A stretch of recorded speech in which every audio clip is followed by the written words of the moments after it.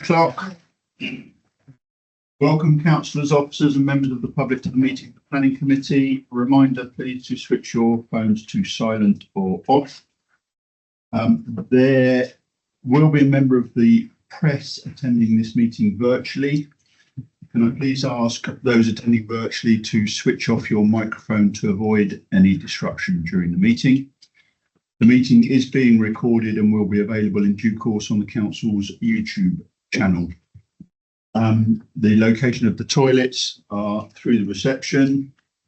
There's no fire alarm planned, therefore if the fire alarm sounds, please leave the building immediately by the nearest exit and gather at the assembly point, which I'm assuming is outside in the car park. Members of the public who have registered to speak will be invited to use the microphone I've got written here, but the whole room is microphone, so you've been asked to come up to the front to address the committee and we'll have up to 3 minutes. To ensure those attending virtually can hear the proceedings and for the recording to capture the entire meeting, please speak clearly and fairly loudly. Please remember this is a formal meeting and therefore do not refer to councillors or officers by their first names. My name is Councillor Davies, and before we come to the agenda, I would ask our officers to introduce themselves from my left, please. Good morning, James Jackson, I'm Senior Planning Officer at North Devon Council. Good morning, I'm Beverly Triggs, I'm clerk to the meeting. Morning, I'm Hal Norman and I'm your legal officer. Morning, my name's Katie Blackmore, I'm the Planning Manager at North Devon Council. Thank you. Item 1 on the agenda is apologies for absence. Do we have any apologies, please? Yes, Chair, we received the following apologies from Councillor Denton, Caroline Lever, and Councillor Spear. Councillor Coombs is subject to Councillor Walker today, Chair. Thank you. Item 2, to approve as a correct record the minutes of the meetings held on the 21st of May 2025 and the 4th of June 2025, pages 9 to 24. I've actually noticed on page 15, item 19, under the apologies of absence for the minutes for the 4th of June. Apologies for absence were received from councillors Denton, Milton and Spear. That should be Denton, Maddox and Spear. So if that correction could be made. Otherwise, can I have a mover and a seconder, please? That's Councillor Booth, moved and seconded by Councillor Bishop. All in favour? Any against? Abstentions? Thank you. Item 3, items brought forward which in the opinion of the chair should be considered by the meeting as a matter of urgency. Well, actually outside of the meeting, after the meeting, I'd be grateful if everyone can stay behind as Officer Tracy Blackmore has a presentation for the reform of planning committees and technical consultation, which we need to respond by towards the end of July, I believe. Declarations of item 4, declarations of interest. Yes, Chair, received the following declarations of interest. Councillor Coombs has declared as transparency reasons in application 79478. And Councillor Davies has declared a disclosure of pecuniary interest in applications 80030. Item 5, to agree the agenda between Part A and Part B, confidential restricted information. As I put out yesterday, we have it on the agenda that we can move into Part B if this is required, but certainly not preferred. So hopefully we can stick to Part A. So Part A, item 6 is application 79498, Tawny Owl, Eastleigh Barton, Eastleigh. Change of use from holiday let to full residential use. So I will hand over to our officer for his presentation, please. Thank you, Chair. The application was previously brought before committee on the 5th of March 2025. The officer's recommendation at that time was that the application should be refused for 3 reasons, and these are set out in the update to the officer's report on pages 25 and pages 26 of your agenda. And to summarise, they are firstly that the application fails to provide compelling evidence to demonstrate that the occupancy condition is no longer justified. Secondly, that the site is within a remote location, distance from the essential services and facilities needed to support residential use, and is not well served by sustainable travel options. And as a result, the removal of the holiday occupancy condition would increase reliance on private motor vehicles to access such key services and facilities such as schools, employment options and healthcare facilities, which is in conflict with the sustainability aims of the planning system. And thirdly, that the property known as Barnard Cottage is not served by an area of outdoor private amenity space to serve the future occupiers of the development. On page 27 of your agenda, at the top it says that since the application was deferred, no further supporting information has been submitted by the applicant. Since the report was drafted, a letter has been submitted by the agent, which is from the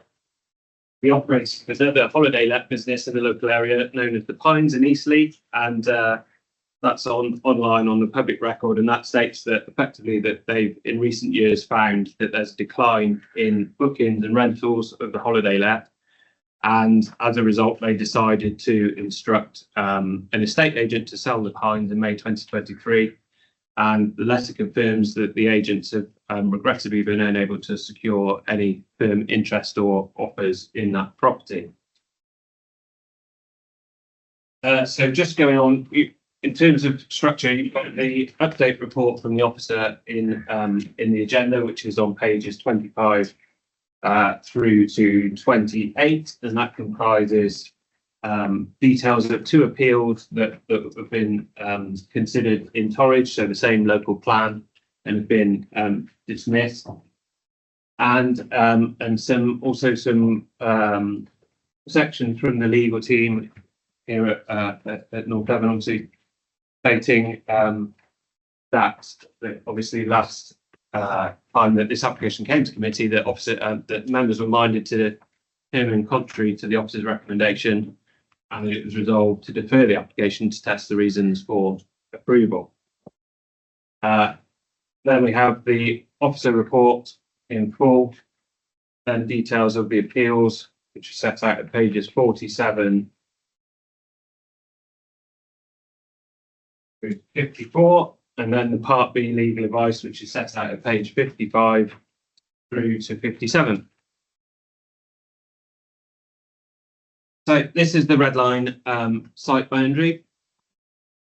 Shows that the site comprises the 2 units of holiday accommodation, dedicated parking area and access, and that it's surrounded by the applicant's agricultural holding. And the site is located approximately 3 kilometres to the northeast of Bideford.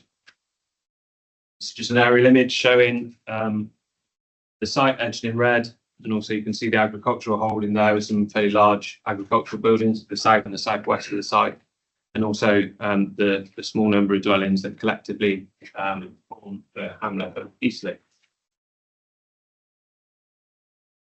This is the existing and proposed site plan. We've got the two properties there, much shaded in grey.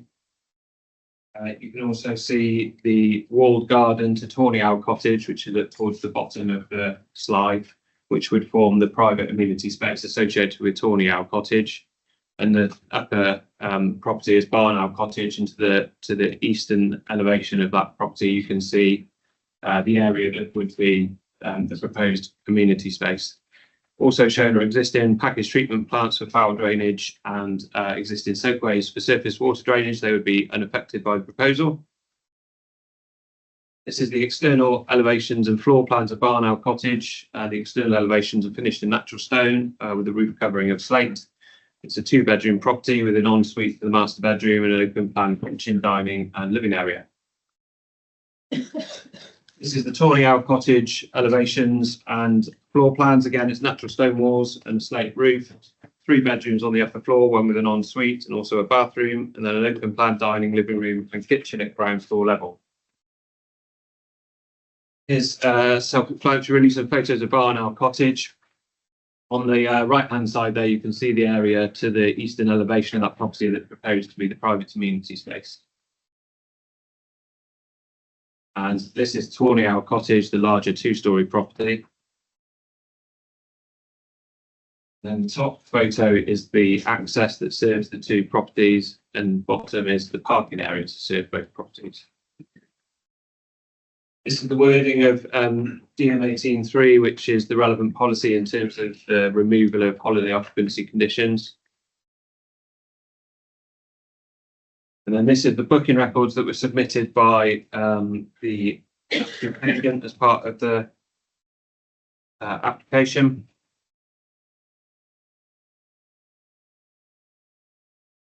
And this is just the driving times from the site. I think the supporting statement suggests that the location of the properties is one of the issues that's making them unviable.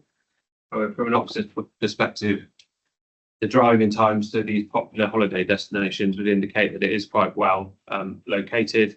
The red star is the location of the property, and the red triangles in the location of various tourism locations within the local area.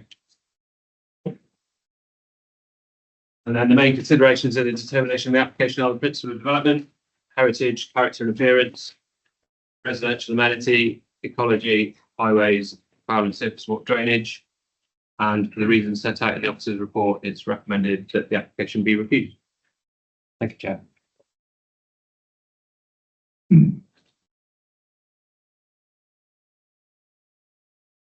Thank you.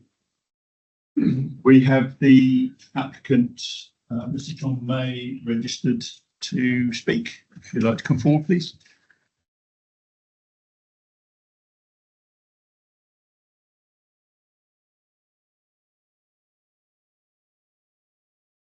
Good morning, everyone.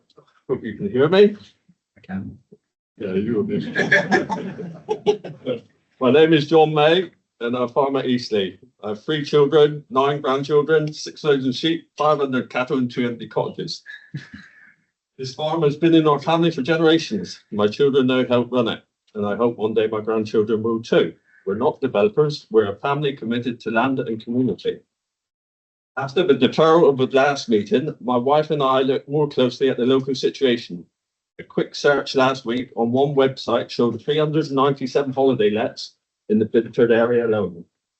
On top of that, 250 lodges have just been approved at the Milky Way, Clovelly. As I said before, this oversupply has had a real effect. Our bookings have dropped by 82%. This isn't due to poor marketing. The units have been listed professionally through Whole Seasons, Cottages for You, and others for the last 12 years. The demand simply isn't there. We know policy requires holiday lets to be marketed for the sale for 12 months before a change of use is considered. Since the last meeting, we have asked the local agent to softly market the units, pending the day's outcome, but there's been no interest. We don't want to sell them anyway. Splitting up the farm isn't something we want to do. It's no surprise there's no interested. I've submitted a letter from our neighbour at the Pines who's been trying to sell 3 holiday cottages through a specialist agent for 2 years, again with no success. I've also spoken to one local agent who manages 300 full-time residential rentals locally. Last week they had just 2 available. Every agent is saying the same. There just aren't enough rental homes. Turning to the officer's reasons for refusal, the first, around marketing, I've already addressed. The second is location, described as remote. But holiday or permanent, people still need transport and services either way. Plenty of barn conversions have been approved in more remote spots. Here in Eastleigh, 5 families already live here, all with children in local schools using school transport. Homes have recently been approved in Forward, Trade Hill and Eastleigh itself. People should have the choice to live in rural communities. Most who do already have transport, which can help free up housing in town for those without. The final concern is around amenity space. To be clear, there is more than enough garden, parking and patio space for each cottage, and we can set that out clearly if needed. We understand the worry about precedent, but with no 5-year housing supply, this gives the council a way to make a local controlled decision that supports real housing need. This is a generational farm, and keeping it whole matters deeply to us. If refused, our only fallback is to revert the buildings to storage and reapply later for residential use. That feels like a needlessly long route to the same outcome, especially when the cottages could help housing needs now. In short, we're trying to do the right thing. We're not looking to cash in. We just want to make good use of buildings we already have for our farm, our family and community. One last note, my 21-year-old granddaughter is fully employed as a carer, came to me 6 months ago and said, "Grandad, the only way I can get a rental property is to go and get pregnant." How sad is that for a full-time carer who loves her job? Thank you for your time and consideration. Thank you very much.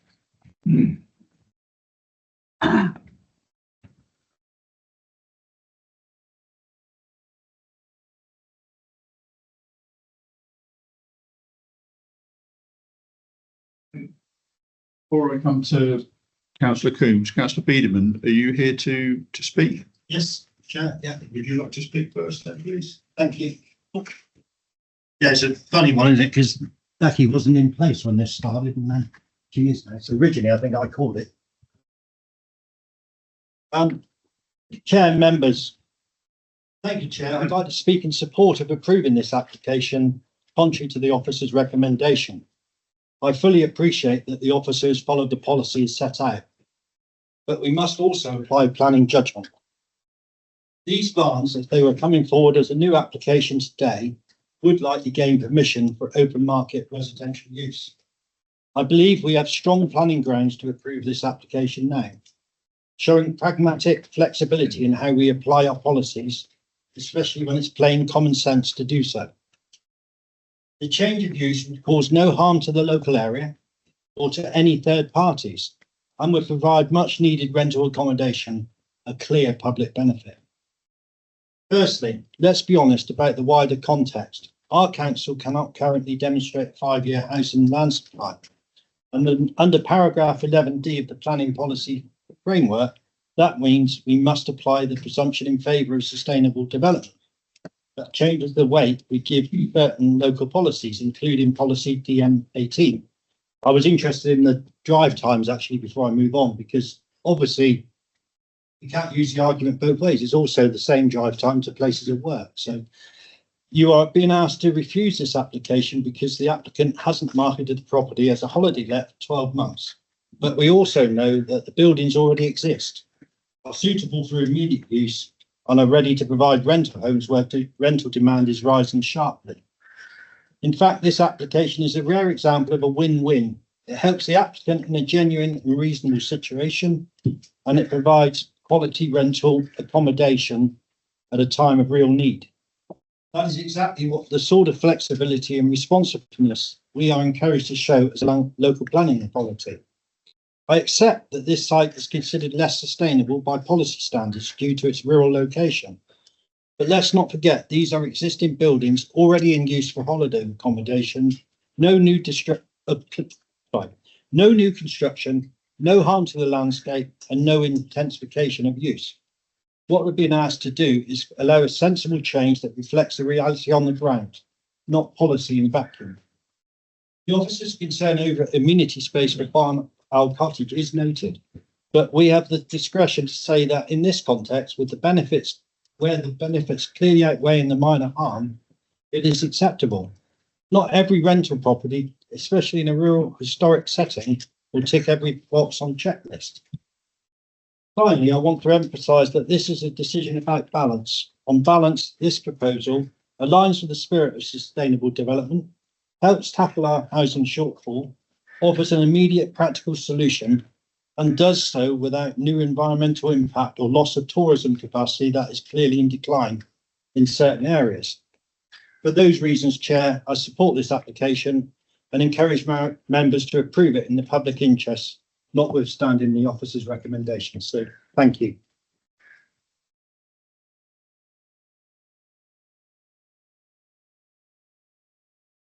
Thank you, Councillor Biederman. So, Councillor Coombs, would you like to speak? So it's disappointing or to see this application is still recommended for refusal. Whilst I understand the need to protect our tourist industry, I feel that we need to look at reviewing policy given the downturn in tourist industry accommodation bookings and the desperate need for housing in urban and rural areas. This is further demonstrated by the council having sent the applicant a letter that went to second homeowners to ask them to consider letting their property on the residential market, albeit in error in this case due to current restrictions. The reality of refusing this application is the likelihood these properties will remain empty and will not be provided for tourism or local housing need. Not being able to remove one restriction and place another, which could restrict to local persons and habitation only, feels detrimental to our housing crisis we find ourselves in.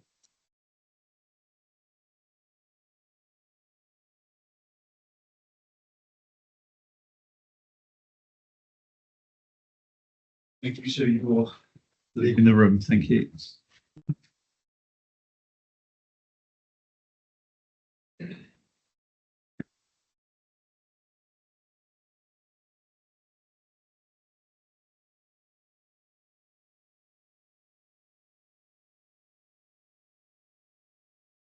Okay, I was going to ask if our officer wants to come back. Sounds like Tracy Blackmore would like to come back and. Sure, yeah. Come back on and leave James in terms of.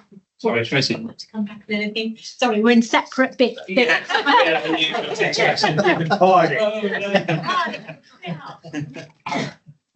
I'll go first then. There's just a couple of points really, I think, in terms of the applicant's comments. And I note really that he's obviously suggested that since the deferral of the application that they've been to various agents and had some information there. But from the way that the application's assessed, is just to clarify that none of that actually forms part of the application. It would have been helpful if the agent could have submitted that to us in terms of the efforts that had been undertaken, so that we could have considered whether that then did tip the balance more and we could have weighted that in favour. But it's difficult to obviously consider that when we don't know that those activities have been undertaken really. And the other thing I'd just say is in about the difference between the remoteness of the site in terms of its distance from key services and facilities.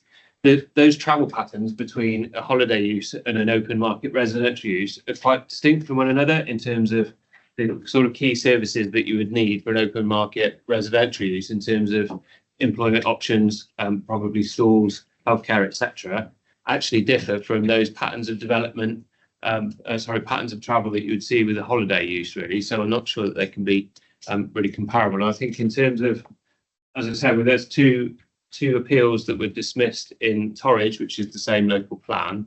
And in both cases, the inspector did consider that the marketing of those sites was required. And also on the point about remote services and facilities, on page 27, there's a quote from the inspector in one of those decisions that he actually does agree that the because of the difference in those travel patterns and travel behaviours, that the removal of those holiday occupancy conditions would be likely to increase travel by private motor vehicles. And then that really comes back to the sustainability aims of the planning system really. And obviously, as we know, local and national policies aims to guide development towards sustainable locations where it's well served by a range of sustainable travel options. Thank you. Tracy Blackmore.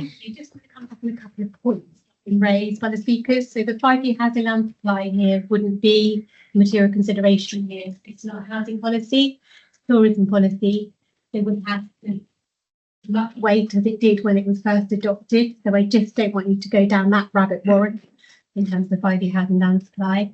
And I think just to kind of touch on what James said, really, I think the applicant was talking about his neighbour having marketed property and they were coming forward.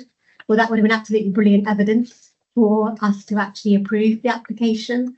But as I say, unfortunately, we haven't got that evidence in front of us, and we have approved quite a few, and Torridge have as well, where there has been evidence in front of us to say it's been marketed and no one has been in the application. So unfortunately, we are where we are. You know, as members, you've been doing this a long time, that you have to look at planning applications in accordance with the development plan, unless there's material considerations that you feel you can, then deviate from that. I think, like I said last time, we know that we need to do some work around DM18, particularly in terms of the housing crisis, and then particularly in terms of probably the holiday or tourism sector in Devon not probably being the same as it was perhaps 5-10 years ago. We know people have different options in terms of where they're wanting to holiday now. But unfortunately, as I say, we are where we are, and it is really clear, I think, from those two appeals, decisions that James has provided, that, equally the Secretary of State is looking at, there is not compelling evidence to demonstrate that the restriction is no longer required.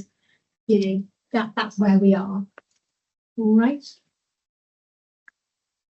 Yeah, thank you. So we are in questions. Can I come back on that 5-year land supply? Because it's quite difficult for members to separate that away, in particular when there's this unfortunate letter arriving on the same day as the planning asking if they would. That wasn't from planning. No, I realise that. I'm just putting it into some context to try and understand where there is clearly a need for. So do you want me to come back on the letter? Would that be helpful? Well, I'm just trying to put it into some context there. How you can separate the lack of 5-year land supply to not being in any way relevant to creating 2 dwellings. I think if you can explain that. So the letter didn't come from planning, it came from the Empty Homes team. So they see that council tax isn't being paid on certain properties. They unfortunately don't look at the conditions on those properties, and they then blanket right out to those properties to say, we see council tax not being paid. Obviously you're not occupying the property, and we somehow get those properties back into some sort of use. I think they had written to Mr. May to apologise. I hope they did anyway. He is nodding. And I think also, I think he apologised I think he spoke to you, Councillor Wiedemann, and Councillor Coombs, that the holiday, there is something on there saying if there is a holiday condition, this wouldn't apply. But, so it was unfortunate in that. In terms of the 5-year housing land supply, we have had some legal advice.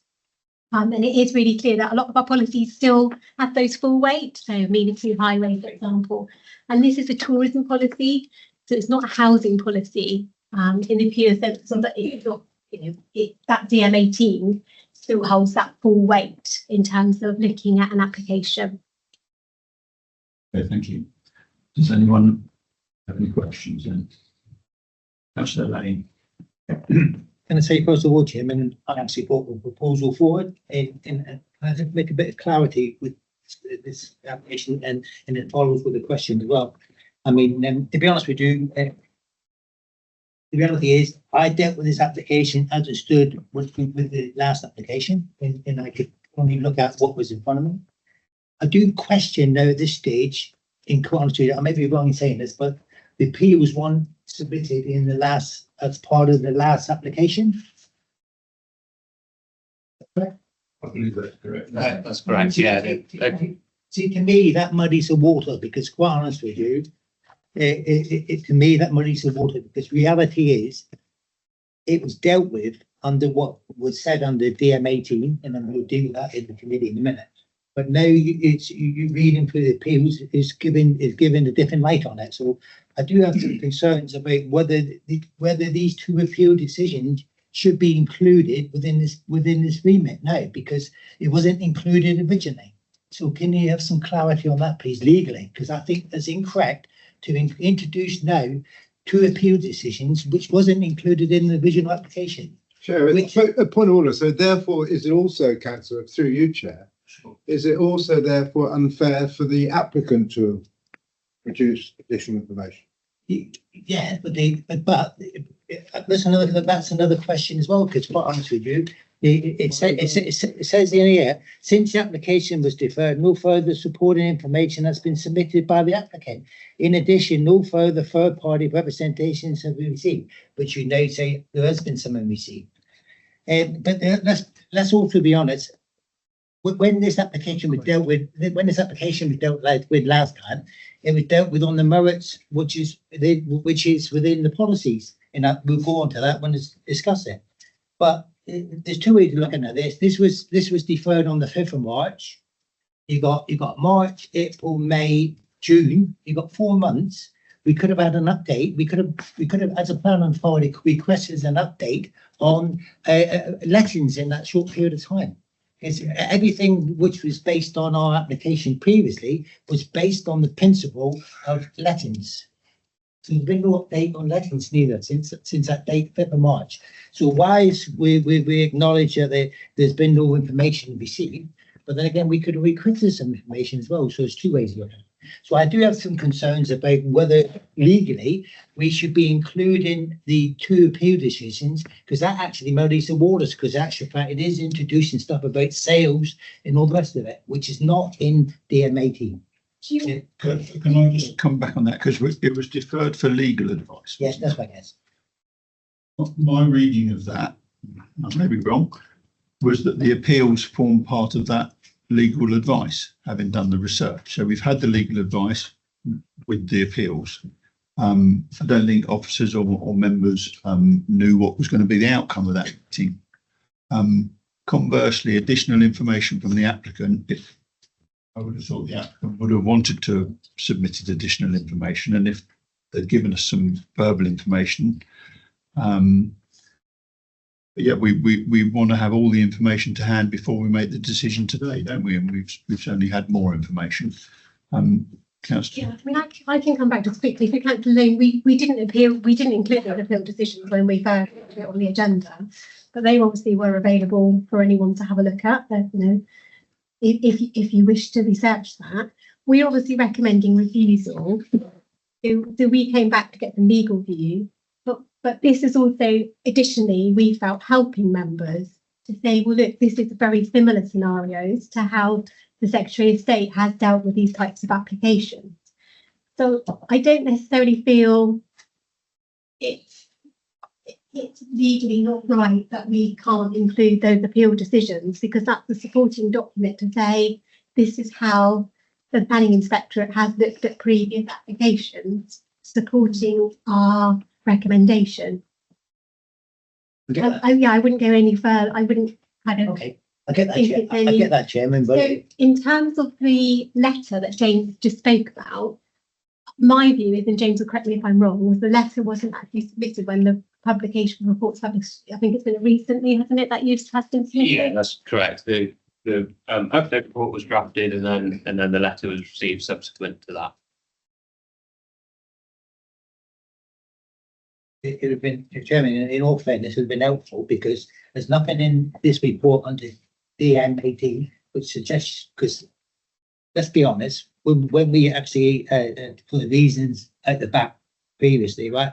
And I think Councillor would also would say that there was talk on the when we were discussing the reasons for approval. There's talk about mention about for sale. There's nothing in here which actually suggests, and I'm happy to read through it if you need to in a minute. There's nothing in here that actually suggests under DM18 suggests sale. But in actual fact, when you also now look at the appeals, the inspector actually mentioned properties for sale. That's a difference here, because you know I may have a different view at the time. It's mentioned sale in the appeal, but it doesn't mention sale in DM18, which I think, to me, it puts a different light on it, and possibly if I'd had the reasons for appeal previously, I would maybe just put a different light on it as well. But I mean, it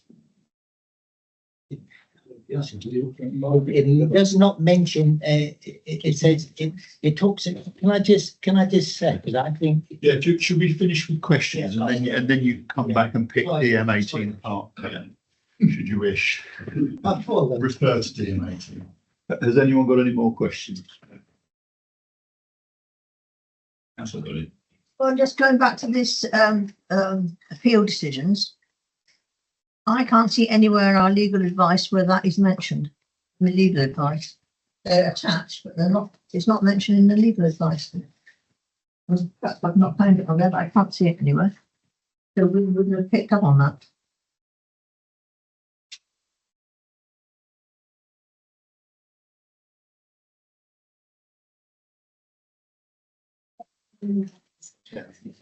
Yeah, please.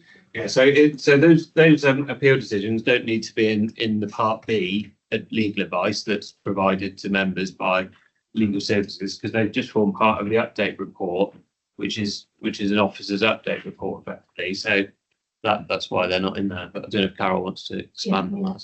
Yeah. So yes, yeah. Okay, So in terms of appeal decisions, as you know, when appeals go to the planning inspectorate, that is about a planning judgment. And that's what appeal decisions are about. So that helps you in terms of what your job is sitting on the planning committee. Now, the legal advice that you were given was about reasons, and that is in relation to the statutory legislation and the case law.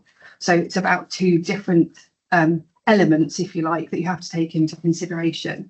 And they are all part of the officer's report. So they all form part of the officer's report for you to take into consideration for this committee today.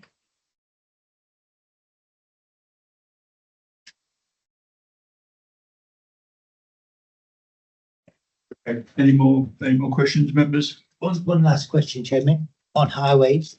Because it's a change of use, did you get a response back from highways because it will be gone from holiday let into full residential? No, so highways wouldn't comment on those sustainability aims. So if we'd have consulted highways, firstly, they'd do it as standing advice because of the minor nature of the application, sort of relatively. And so that would be left to officers to make a judgment on it. But secondly, the Highways Authority will really comment on matters of highway safety, really, rather than sustainability aims. So they would tend to leave that as a planning judgment to officers, really, to comment on how it might affect sustainable travel options and those kind of matters. Mr. Cross? Chairman, I was interested that both James and Tracy Blackmore mentioned about the additional information that's come in at a late stage. Because that could be fairly pivotal, but I think it ought to be dealt with today. And I wanted to sort of explore that a bit more. I mean, because it could, today we could approve it, refuse it, or we could defer it again. So that that additional information became part of the application. I mean, the reason I asked that is that I've had a number of cases in my ward that I've been withdrawn or refused, or a pre-application discouraged from making an application. There's an extant one now in my ward, in my parish. And in terms of the legal position of having the right evidence before this decision is made, it's vital, isn't it? So I think that is key for me about how I would vote later on. Because I understand, as the lead member for planning, strategic planning and the local plan, this policy no longer makes sense. In a different world post-pandemic, it was a fantastic year, that 1 year, but afterwards the whole market has changed. We've got to update it. Whether we do it in the local plan or an SPG, I don't know, but an SPG would probably be a bit difficult under the planning framework at the moment. So really all I'm asking is that information, if the application was beefed up and it became part of it, and it was put forward as a proper document. Yeah, I think they're hinting that it might have made a difference, and I just want to explore that a bit further. But my understanding of what the officer said. So, and I'll stand to be corrected, but I understand that we should look at all evidence that comes in prior to the determination of the application. I think that's the procedure. Is that correct? It may not have appeared on the portal. Yeah. You may not have had sight of it. Consider that. I think the problem with the evidence submitted is that the letter, it doesn't actually. James, unless I'm wrong, I haven't seen it obviously. Saying that the neighbours marketed the property or their holiday 5 holiday lets it for 2 years, and they've not had any interest.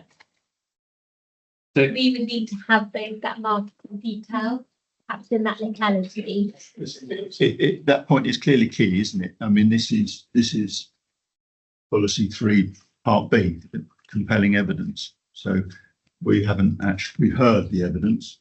We haven't seen I haven't read the evidence. Seen the evidence. That's a fair point. That's where I am. Yeah, I know that it makes sense to say yes to this, but your head is then, your heart is ruling your head in terms of the local plan, isn't it? Well, absolutely. We have the policy in place, don't we? So if there's an opportunity to have compelling evidence, that would make sense. Chairman, just add Yeah, something as well. Yeah, I think there's potentially 2 issues here. So there's the letter that we've received from the operators of the Pines, which obviously says that they've been marketed the property from May 2023. And as Tracy correctly says, we don't know the details of that marketing exercise, how that was undertaken, how that relates to the property, whether that we're now considering whether it's comparable or not. And the second issue probably is, as the applicant has set out, they've undertaken since the deferral of the application some of their own marketing on their own property. And again, we don't know the details of that either. So from an officer point of view, it's very difficult to give either of those items weight. But as we're all suited to agree, and there is the opportunity for those details to be fleshed out in terms of the precise nature of how that marketing was undertaken, the price, any conditions that were attached to it, and documented any interest, why that interest didn't proceed to a sale, etc., etc. Yeah, that does make sense. I've got Councillor Beedham that wants to come back in. Are members happy that Councillor Beedham comes back in? Just really quickly, Chair. I mean, just on the evidence situation, I'm not going to talk about the thing. I know the Pines very well, being my ward, and I believe you. We can deferral and check the website, and you'll see it has been marketed for quite some time.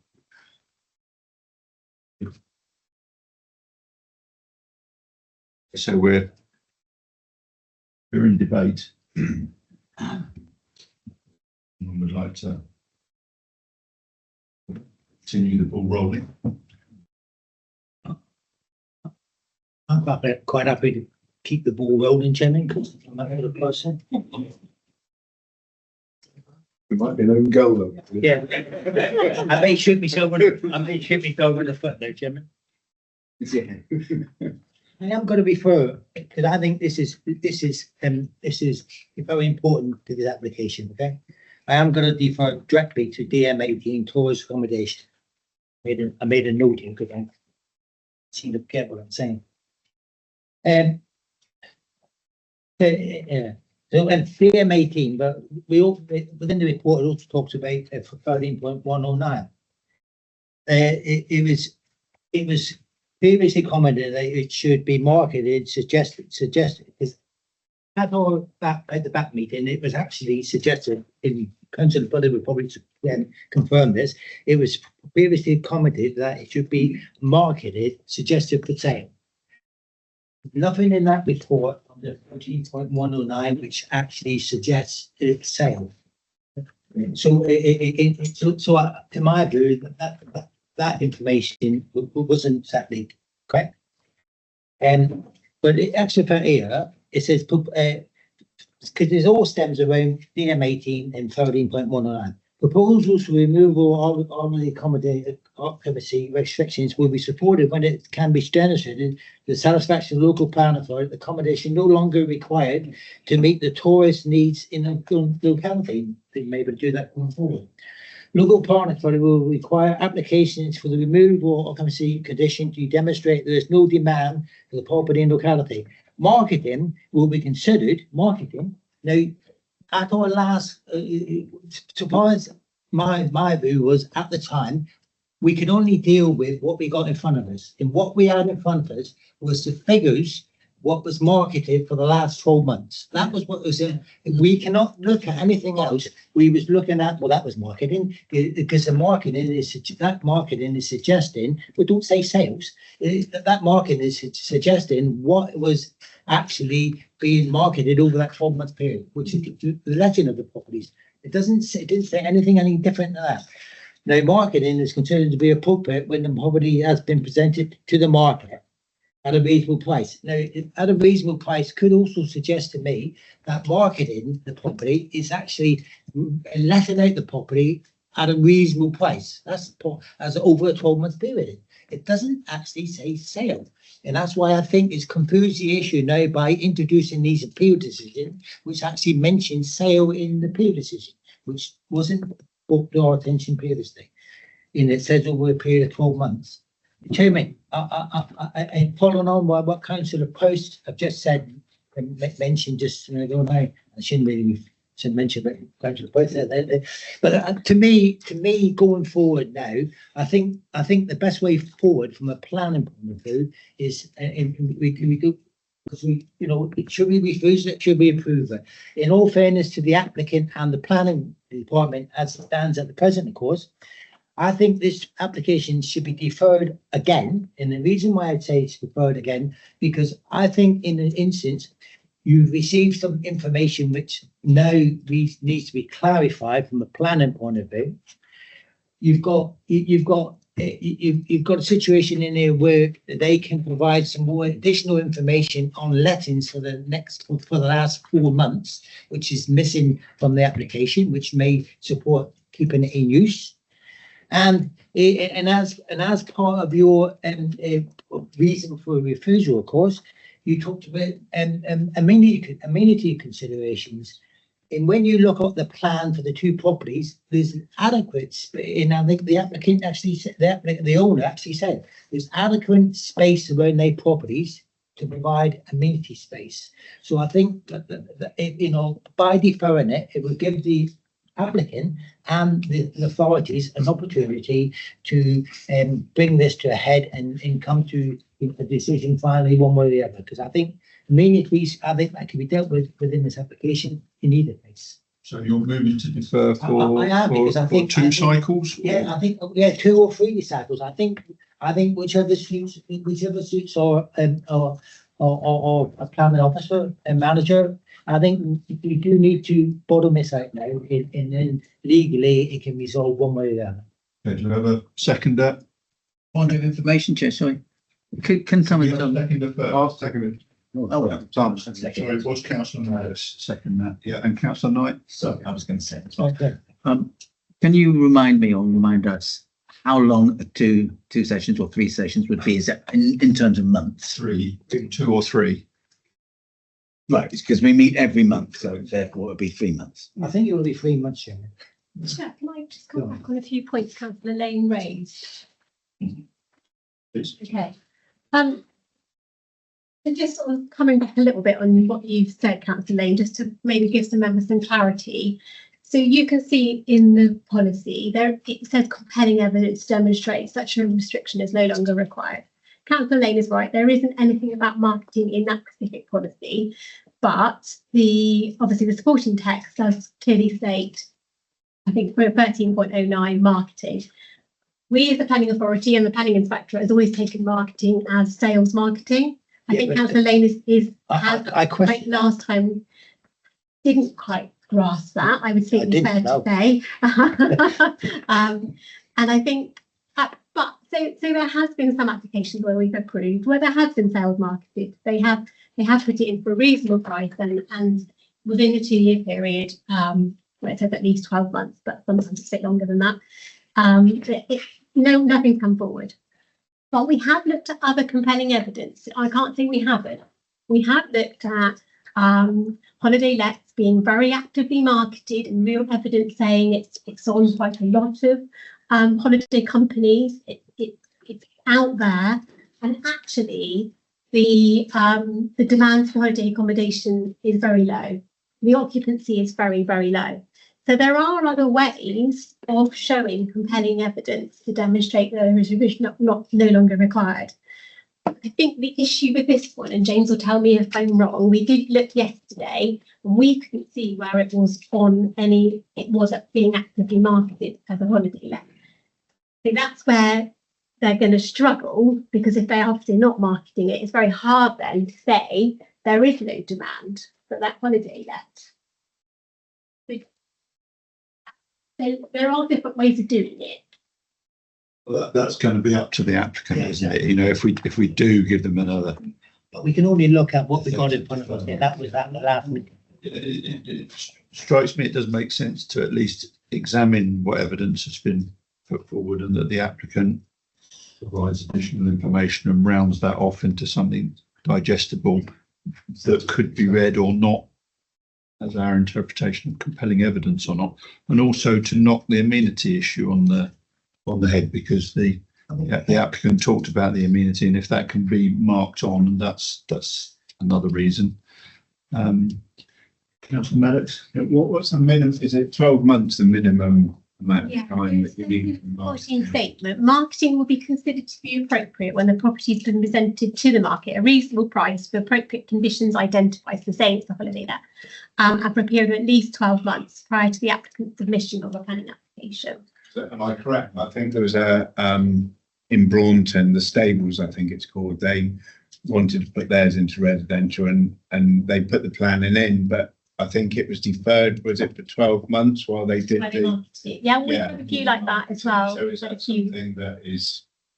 But I think for this case, they don't want to market it which we do get it because we, you know, and I have said this to you last time, I do understand why sales marketing probably wouldn't be an option, because actually if someone came forward and said, actually, that would be perfect for me as a holiday let, they wouldn't necessarily want that. So we do understand the difficulties of the policy, and this is why I'm saying the policy isn't great, and we do understand we do need to work around that policy. I probably, if I was the applicant, I probably wouldn't want to market those beautiful barns myself, you know, because it's very integral to their farm holding. Yeah. So I do, you know, I do understand it. I do see where they're coming from, but it is this compelling evidence is unfortunately still what I need to be able to meet with the 18. Chair, really, what it needs is somebody to put the whole thing together. I think you were hinting at it. It's not just about a copy of letters and people's opinions. Somebody needs to do that report to say, here's the evidence of neighbouring properties, and this is my view of this property. And then we've got a package that you know. Yeah. But without that, it puts some of us in a really awkward position, I think. And we all know it makes sense, but we need to have that trail. Absolutely. It needs a report that rounds it all off. And there will be evidence in there, and the question will be is whether it's compelling or not. But to give them the opportunity to do that seems like a sensible idea. Yeah, from my opinion. Are there any other members before we will take that to the vote? If no one has anything to say, Can you just repeat what's been said? Councillor Bullen. Only, I just want to back up what Councillor Lane said, because when we looked at it before, we understood marketing to be letting it to rent. I mean, the planning department might consider that to be marketing for sale, but that was not what was in front of us, word for word. And when we looked at what was the letting of it, I mean, it was only let 25% of the year, which we thought was unviable. So yeah, I agree with you. I think policy 13.109 can be read both ways, because it doesn't explicitly say. It says marketing will be considered to be appropriate when the property has been presented to the market at a reasonable price. Would that presented to the market at a weekly let at a reasonable price, or presented for sale, or could be both, couldn't it? If we come back to you, Councillor Lane, just to try and get some clarity. So you're, in terms of the motion to defer, can you sum that up, or I'm assuming it is for the applicant to provide additional. Not as a Okay. Yeah, appreciate it. So defer for 3 months, and then why we're deferring? Chairman, to give the plan and filing for the officer and the manager opportunity to review the information, further information they received regarding the other property regarding lettings. Yeah, I think it would be to allow the applicant to submit a formal report to evidence the marketing of the property. Yeah. And to address the amenity areas that can be allocated to each of the units. Yeah. Sorry to put words into your mouth. Thank you, Chair. I'm glad you're here, Chairman.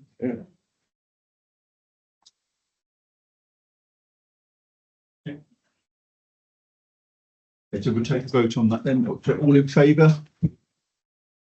1, 2, 3, 4, 5, 6, 7, 8, 9, 10. Everybody. Chair, could I, with your indulgence, I think it's also be nice if this planning committee could ask, I know it's a different planning team, but to look at the options to whether there is a way through an SPG that we can tackle this sort of issue. So I think it would help, particularly in rural areas, in terms of helping with our housing thing. I'm waiting for the whole local plan. Through you, Chair. Also, I mean, obviously James has been doing a great job. I obviously haven't been so involved with the application, and James knows much more about it than I have. But we have varied conditions where there's a dependent relatives need. I think we had it with the local need as well. Yeah. So I'm not entirely sure who the end user is. Is it just to rent? So it might be just for us to explore. Is it for his children, or is it for Market rent. Market rent. So it I'm might thinking more, be- I'm thinking more general terms, that we Yeah. ought to look at options that would allow us to be more flexible within the. Let me speak to policy Yeah. about how we best can do that, because I know, they also, I don't think this policy was quite meant to be how it came out, you know what I mean? Okay. Thank you. Councillor Coombs for attention. Yeah, councillor Coombs can come back in and we're gonna. Very much. Yeah.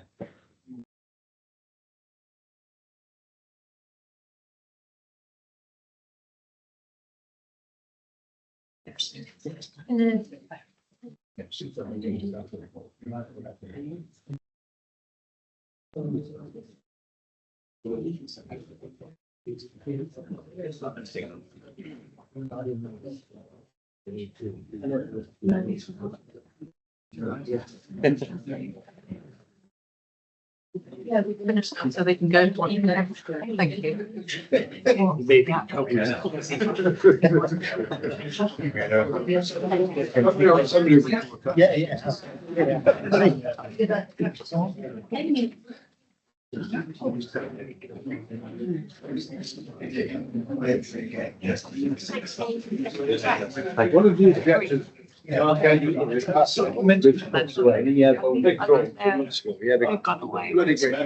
Still being recorded, please remember. And we're all here, so we will move straight on to item 11, which is application 80166, now between new car park and Tarka Leisure Centre. So President and Varsity over to any meetings. Well, So application number 80166 is for construction of a new footpath to link the new car park that's built at Seven Brethren to some of the other facilities over there. There are a couple of updates since the report was published. First, we have had some comments from Councillor Caroline Nemo just in support of the application in her capacity as one of the ward members. And there is an update in terms of the conditions that are on the report. So you'll see there's a number of conditions there that relate to biodiversity net gain. This is apologies on my part. I was a bit overkill with the conditions based on the fact that it's actually off-site provision and not on-site. So you can discard conditions 4 through to 7, and it's just condition 3 that we retain. Just taking you through the location plan, just showing you there outlined in red, the sort of new car park area to the southwest, and then the buildings there that comprise the tennis centre, Falcon's Gymnastics in behind, and then the 2 weather pitches. Makes a lot more sense on an aerial shot.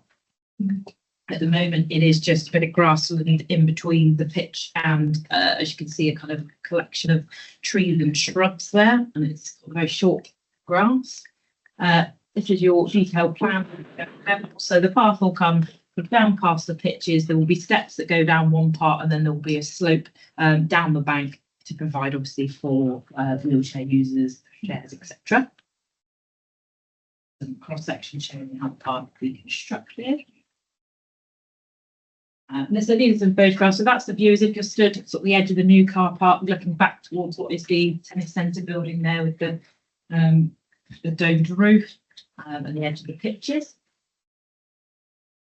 Then that's looking from the other side, so at this corner of the tennis centre building, looking back towards the car park. Up close there, you can see it. Soil is there, because everybody's already walking down there. This is the sort of shortest and most direct route to those facilities. It just shows you the kind of bank that comes down where there'll be the slope giving access, and this track is the track that goes in to the back. Where you access the and those all-weather pitches. So just running through the main considerations. Obviously, the relatively low key development is considered being in keeping the character and appearance. Amenity-wise, it's well within the leisure complex over there, not impacting on any of the other neighbouring uses. Ecology-wise, there is a requirement for 10% mandatory biodiversity net gain, which I understand is being delivered off-site. The purchase credits from a habitat bank. The condition on there will deal with the biodiversity net gain plan condition will deal with the finer details of that, which will be submitted to us the condition for discharge in accordance with the Environment Act and the legislation underpinning that. Flood risk and drainage, it is flood zone 3, but as a minor development, there's no impacts resulting from the type of development proposed, and other than making a safe and suitable access from the car park to the facilities there are no based concerns. Yeah, so for the reasons stated in the report, the recommendation is one of conditional approval. Excellent. Thank you very much. We don't have any members speaking. Whoever would. Any questions? Thank you, Chair. I'm quite happy to move approval of this, but a quickie issue for you. There are a couple of pedestrian exits or entrances to the car park. And I wondered at the end of this proposition, does it equate to an exit from the car park? Couldn't quite see that from. Yes. So at the moment, if you're in the car, you park in the long stay car park here. If you want to use a hardened surface path, you cross the road here and you walk down and into the car park there. Facility, and then you have to walk around if you're going to the gymnastics or to this here. So yeah, it will just provide a hardened path down there and avoid this. I mean, sorry, I meant that there's a couple of exits from the car park onto that existing pathway. I wondered if the intended route is exactly in line with one of those exits. Yes, I think it is where there's a sort of sloped exit comes down here and it will link. Yeah, well, it makes logical sense, but I couldn't. Yeah, which you'll see here. You see there's that's one. Yeah, that's the existing footpath that's along parallel with the car park and it will just join in from there. Thank you. Well, I do it every day. As I'm quite happy to move approval, Chair. Unless there's any other questions. So you move the officer's recommendation. Councillor Knight seconded. Councillor Hayward's Booth. All in favour? Everybody? Okay, so I will hand over to Peter Bishop for item 12.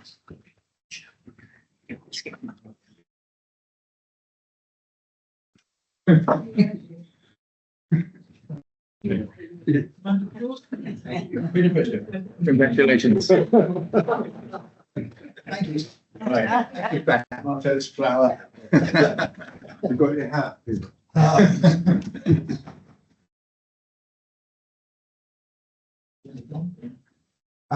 Okay, so we're doing application number 830. And I'll hand over to Tracy Blackmore. Thank you. You've got me presenting the case officer's not she's not here today, so you've got me. So planning application 80030. This is the section 73 application to vary condition 2, planning permission 78849. So that previous permission was a demolition of existing barn and erection of a bungalow. So as we know, the section 73 application is just where there is minor changes, it's not material. So the application, generally section 73 applications look to sort of change design or siting. So the description remains the same, but there are changes to it, just to give you a bit of training on section 73 applications if you didn't know, I'm sure you know. So this is slide 1. So actually, I'm sorry, before I start, there are a few errors in the report. On page 83, there's the proposed floor and elevation plan. That actually is a superseded version. We actually have an amended version from that. That's the wrong version, but the proposed elevation plans and floor plans are correct in my slideshow, and the correct ones have been conditioned, but on page 83 they're not correct. And page 85. I think the officer says there are implications on ecology. I think she means there are no implications on ecology. Slightly different, yeah. So if we could just minute those two areas there, great, before we start. Brilliant. So I'll just very quickly go through this presentation. So slide 1 is just the location plan with the existing barn outlined in red and the remaining land in blue. This is just an existing block plan. And this is an aerial image of the site and the barn outlined in red. This is some photos of the existing barn that was granted planning permission for conversion and then had a fallback as a single story dwelling. So these are the approved plans. So as I say, there was a fallback position reached where the barn was to be demolished and this was the new dwelling to be located in its place. So the proposed block plan, so the Section 73 application is seeking to relocate the dwelling, so 1.2 metres back from the highway. This is the proposed floor plan and roof plan of what is before you in terms of the design changes.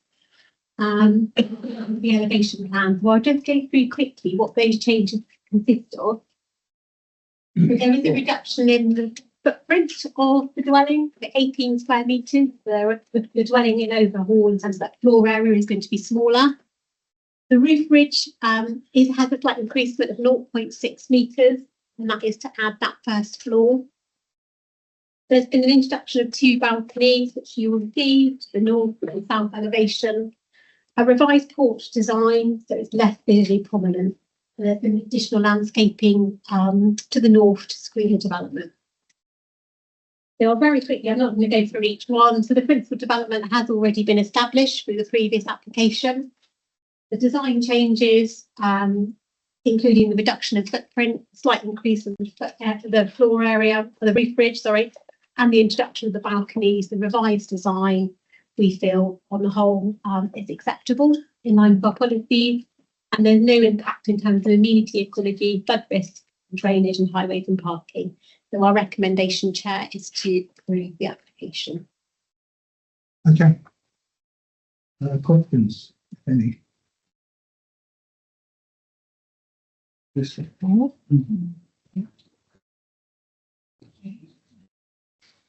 I'll move approval, Chairman, otherwise there's never go good. That's quite brief for you. Thanks. Second.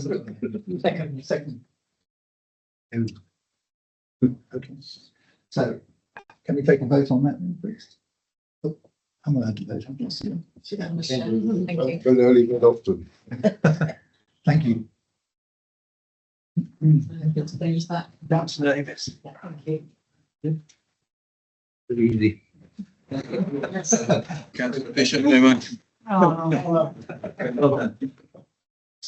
Really professional. Who said that? I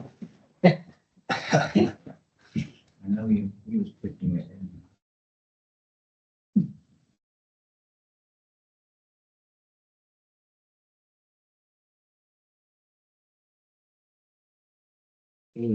So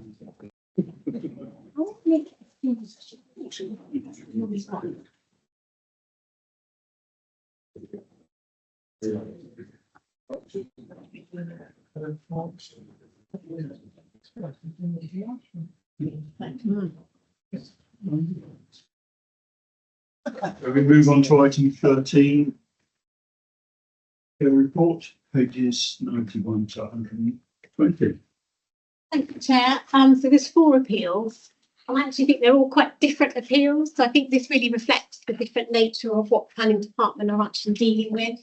I think they're all quite different, different appeals. It's quite nice to have all on one agenda. So the first application or appeal was dismissed. It was for an erection of an end terrace block with 2 flats. It's in those of you who know Westerway Heights in Barnstable. The appeal relates to, I think the middle picture shows a sort of an open space area with some nice mature, well-established trees. The planning inspectorate felt, and we did as well, the loss of the green space would have a significant impact on the setting of the estate and harm the qualities of that kind of planned development. There was also some issues in terms of parking and refuse provision, and that the plan is not really showing how that would be adequately provided. So there was obviously recognition that we didn't provide the housing land supply, but the planning inspectorate felt that there was significant demonstrable harm on this application, and that outweighed the moderate weight the moderate benefits that he felt with the two dwellings would bring. So yeah, good decision. I don't know if anyone's got any questions on that one.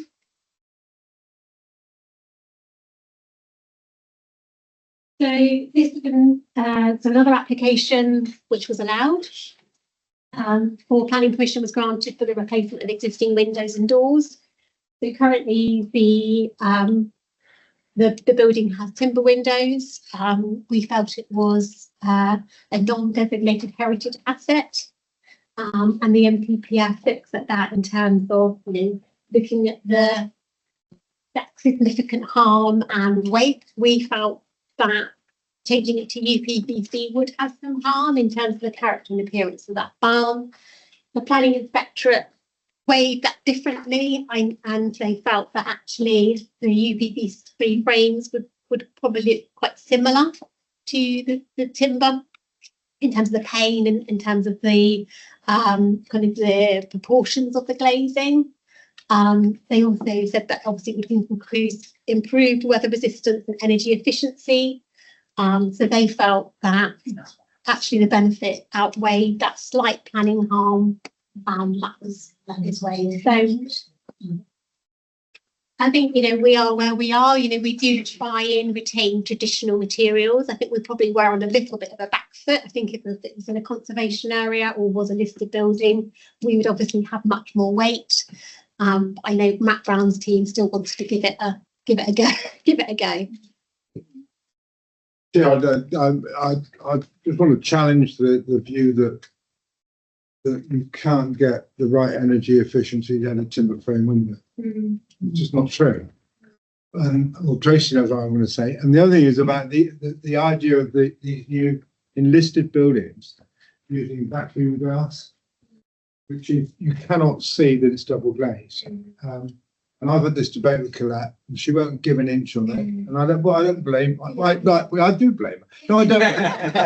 But what I'm saying is, I think you've got if you're going to resist plastic, you've got to be practical to listed building owners about a solution that makes their homes livable. When I live in a listed old farmhouse, it is so difficult to keep warm. And I've done all sorts of things that I can within it as a listed building, but Councillor Whitehouse's ward, I know there's a listed farmhouse there where they were prepared to spend 35,000 having timber windows with vacuum units put in to the property. That I think that would have been a credit to the building, but they're now having to spend a fortune with joiners trying to play around with the existing ones, and it just you can't make them efficient. Just It is a challenge, yeah, definitely. The vacuum double. If members haven't seen them, we're talking about the tour later on. I can't stay, unfortunately, but seeing some of those things would be good for the committee as well. There's just sites, some of the things that are out there that can transform Buildings, yeah, read. It is possible to put secondary glazing on the inside to not affect that, and I've got that on my property because previous owner, and that's very effective because it actually gives a much bigger airspace, and that's how double glazing first came about several hundred years ago. So it can be done. Make sure the flies on in there. Marie Antoinette's suite in Versailles had double glazing. Moving on. So this is an application. This is different. This is a different type of application. So where there's a section 106 on the property, there is an application to discharge. So discharging planning terms is like discharge condition. Discharging a legal planning obligation is actually to remove. So it's quite different terminology. So the application was seeking had a local needs dwelling on it. I think there'd been quite a bit of marketing done. And we refused the application because it's really clear in terms of if you are seeking to discharge a planning obligation, that the planning obligation is no longer serve a useful purpose, and that is the test. There isn't any test about time balance or I don't know, looking at planning policy and balancing it up, if you are trying to remove the section 106 obligation for testing, then it doesn't serve that use and purpose anymore. So we felt that due to the housing crisis, due to this being quite a modest property, actually it did still serve a useful purpose to have the local needs restriction on. And the planning inspectorate agreed that, yes, that test in terms of it no longer serving that useful purpose hadn't been. Interesting. My ward chair and I had a lot of grief off the woman that had Yes. owned it. But actually, it was one of those that I supported it originally, and the planning also did too, as well, because it was a 106. It was a very modest sort of garage and little coach house. So yeah, right decision. Yeah, well done. So the last one is actually an enforcement notice, so it's quite long, quite a long decision. So essentially, there was a sort of a mixed use of the site, the sawmill, and there was, I think, 3 or 4 residential properties being lived in. The applicant or the owner tried to argue that actually it was actually one dwelling, it wasn't 3 or 4 separate units, but they're all ancillary to each other. And I think the inspector in the hearing kind of looked at that and felt actually they were, in terms of fact of a degree, that kind of definition of a caravan and that being a separate unit. I felt actually that there was 3 or 4 units on there. The sawmill use didn't benefit from planning permission, but I think the planning inspector and ourselves were content that actually it wasn't expedient to pursue in terms of that use. We were happy for that change of use. So the appeal was allowed in part, but actually just had 1 unit, which they felt there was a functional need for 1 unit in terms of some of the activities occurring on the site, that in terms of DM28, there was a need for 1 rural workers dwelling, and that was conditioned. And there has been some time, I think 12 months, for those other unauthorised residential uses to cease, which our enforcement officer, Stacey, is in correspondence with them in terms of ensuring that is not. So yeah, another interesting one in terms of, well, our enforcement process, you know, that we are going out there and we are enforcing, which is really positive and gives the members and I think the public confidence in that DM service. And we are also following things up in terms of that enforcement notice. Thank you very much. Put on record, I think I personally, from my ward's point of view, what the enforcement team are doing is fantastic. They go on top of everything. That from my ward point of view as well, please. What sort of number of enforcement cases have you got? Probably 12. So when Stacey and Jack, so when I came in, there was no enforcement. So that was one thing I didn't necessarily agree with, that enforcement. There were 850 cases in 2 years. We've got that down to 280. So, you know, Jack and Stacey have absolutely, and I think Fred did come back for a little while as well to help sort of blitz those numbers. And we're now, you know, really, so definitely something I want to retain and say just that confidence in that DM service. You know, enforcement is a really, really challenging matter. And in terms of that expediency as well, whether we don't go after absolutely everything if we don't feel it's within the public interest. And I know that's really hard to communicate to your constituents, that just because someone's done something doesn't necessarily mean we're going to take formal action, and that is quite hard to grasp. But it's not always in the public interest to do that. But where it is in the public interest, you know, we will go right to the nth degree. You know, Jack's in court in a couple of weeks' time, you know, so we will prosecute. And actually, when an enforcement notice has been served, it is a criminal offence, and they're not obliged with that enforcement notice. So it does go through the courts. And Hannah will be sitting at the back, will be very aware in terms of going through lots of court cases in terms of enforcement notices that haven't been complied with. But it is expensive as well, you know, it's not, time and the money of doing that. Well, you know, we do it, but we don't always do it in every case. That agency has to be met. Please relay the members' thanks and I will do, thank you. for them to continue doing their good job. Yeah. Okay, Chair, can I just thank Councillor for the enforcement team? They are working brilliantly and they're working with the planning department, moving things forward, aren't they? Yeah. And the general public do not understand quite what the enforcement team can actually do, don't they? And they think, oh, they. Stop there. But I think on that particular case, I have spoken to quite a few people. We have powers to do stuff, but we equally have to be reasonable. So if people are in communication with us and say they will do something, then it wouldn't be reasonable for us to put a stop notice on or go gun ho in terms of enforcement action. If that doesn't happen, and we've given them a date and the two scenarios don't happen, then absolutely we would then start formal enforcement.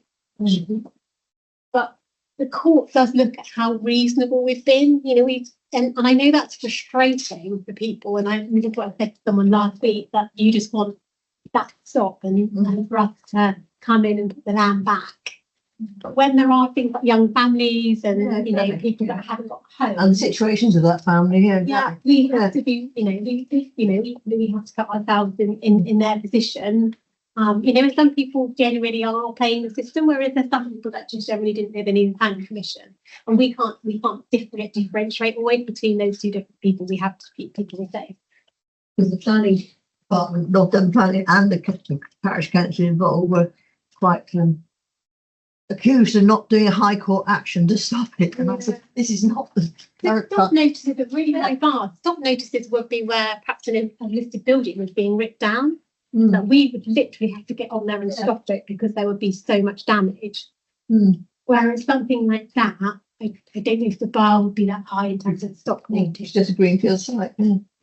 Unless they continue to carry on destroying, I don't know, hedge banks, and we could, that we weren't communicating and we weren't telling them to stop and they weren't doing what they were told.